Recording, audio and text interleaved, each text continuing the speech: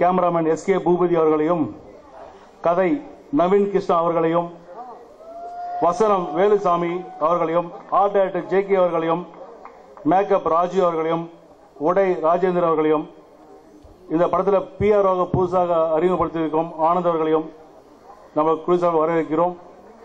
இன்று காலையில் super star Rajinikanth அவர்கள் வாழ்த்து தெரிவிச்சிருக்காரு.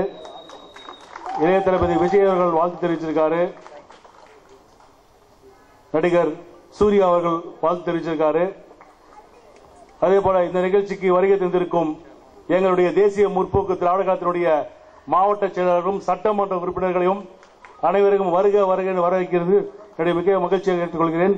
அடுத்தபடியாக இயக்குநர் கே ரவிக்குமார் அவர்களை வாழ்த்துவார்கள் கேட்டுக்கொள்கிறேன். எல்லோருக்கும் வணக்கம். ஆக்சுவலா இந்த படத்தினுடைய டைரக்டரா இருக்க வேண்டிய ஒரு நிலைமை எனக்கு வந்துச்சு. அதை அது சூழ்நிலை காரணமா நான் வேற ஒரு படத்துக்கு முடிக்க வேண்டிய சூழ்நிலை இருக்கு. அதனால அப்புறம் கொஞ்சம் லேட் ஆகும்னு சொன்னதுனால என்னுடைய வாய்ப்பை தட்டி பறித்த அந்த இயக்குனருக்கு என்னுடைய வாழ்த்துக்கள். ஆனா ஒரு சந்தோஷம், என்னுடைய உதவியாளர் நவீன் தான் இந்த படத்தினுடைய கதை. அவருக்கு என்னுடைய வாழ்த்துக்கள்.